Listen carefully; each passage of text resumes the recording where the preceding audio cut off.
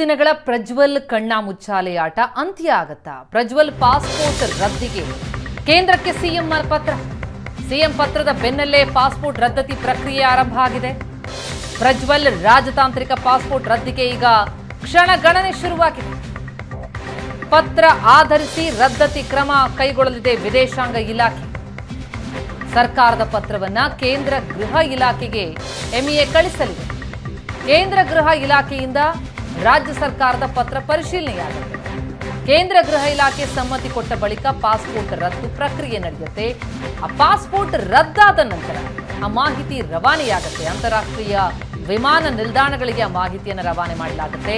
Passport ರದ್ದಾದ್ರೆ Prajwal ಪ್ರಯಾಣಕ್ಕೆ ಅವಕಾಶ ಇಲ್ಲ. ಹೀಗಾಗಿ ಪಾಸ್ಪೋರ್ಟ್ ರದ್ದತಿಗೂ ಮೊದಲೇ ಪ್ರಜ್ವಲ್ ಆಗಮನವಾಗುವ ಸಾಧ್ಯತೆ ಇದೆ. ಇಲ್ಲ ವಿದೇಶದಲ್ಲೇ ಪ್ರಜ್ವಲ್ ರೇವಣ್ಣ ಬಂಧನಕ್ಕೊಳಗಾಗುವ ಸಾಧ್ಯತೆ ಇದೆ. ಯಾವುದೇ ಕ್ಷಣದಲ್ಲೂ ಸಂಸದ ಪ್ರಜ್ವಲ್ ಬಂಧನ ಆಗಬಹುದು. ಸದ್ಯ ಪ್ರಜ್ವಲ್ ರೇವಣ್ಣ ಜರ್ಮನಿಯಲ್ಲಿದ್ದಾರೆ ಅನ್ನೋ ಬಗ್ಗೆ ಮಾಹಿತಿ. ಆದರೆ ಈ ನಡುವೆ 27 ದಿನ ಆದರೂ ಪ್ರಜ್ವಲ್ ಇನ್ನೂ ವಾಪಸ್ಸಾಗದ ಹಿನ್ನೆಲೆ ಪಾಸ್ಪೋರ್ಟ್ ರದ್ದತಿಗೆ ಕ್ರಮಕ್ಕೆ ಮುಂದಾಗಲಾಗಿದೆ. ಈ ಬಗ್ಗೆ ಡೀಟೇಲ್ಸ್ ಕೊಡ್ತಾರೆ ನಮ್ಮ ಪ್ರತಿನಿಧಿ ಚೇತನ್. ಈಗ ಸಂಪರ್ಕದಲ್ಲಿದ್ದಾರೆ. ಚೇತನ್, ಪಾಸ್ಪೋರ್ಟ್ ರದ್ದಾಗಬೇಕು ಅಂತ ಹೇಳಿ ಈಗ ಸಿಎಂ ಪತ್ರವನ್ನ ಕಳಿಸಿದ್ದಾರೆ. ಸಿಎಂ ಪತ್ರದ ಬೆನ್ನಲ್ಲೇ ಪ್ರಕ್ರಿಯೆಗಳು ಆರಂಭ ಆಗಿದೆಯಾ? ಯಾವ ಹಂತದಲ್ಲಿದೆ? ಇದು ಹೇಗೆ ಸಾಗ್ತಾ ಹೋಗುತ್ತೆ? ಎಷ್ಟು ಸಮಯ ಬೇಕಾಗಬಹುದು ಅಂತ?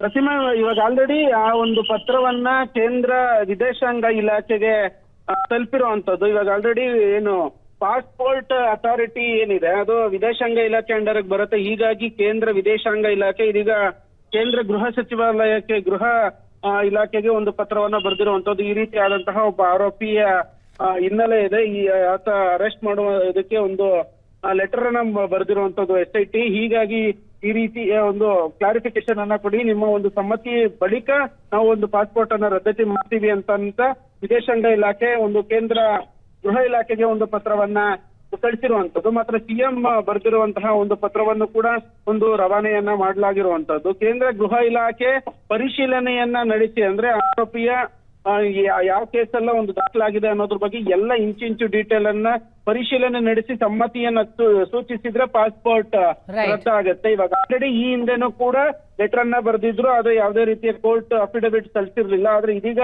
ವಾರೆಂಟ್ ಅನ್ನ, ಅಂದ್ರೆ ಅರೆಸ್ಟ್ ವಾರೆಂಟ್ ಅನ್ನ ಅಟ್ಯಾಚ್ ಮಾಡಿ ಈ ಒಂದು ಪತ್ರವನ್ನ ಬರೆದಿರುವಂತದ್ದು. ಹೀಗಾಗಿ ಬಹುತೇಕ ಏನು ಪ್ರಜ್ವಲ್ ರೇವಣ್ಣ ಪಾಸ್ಪೋರ್ಟ್ ರದ್ದಾಗುತ್ತೆ. ಆ ಒಂದು ಪ್ರಕ್ರಿಯೆ ಇವಾಗ ಆಲ್ರೆಡಿ ಆರಂಭವಾಗಿರುವಂತದ್ದು. ಪ್ರತಿಮಾ, ಥ್ಯಾಂಕ್ಸ್ ಚೇತನ್ ತಮ್ಮೆಲ್ಲ ಮಾಹಿತಿಗೆ.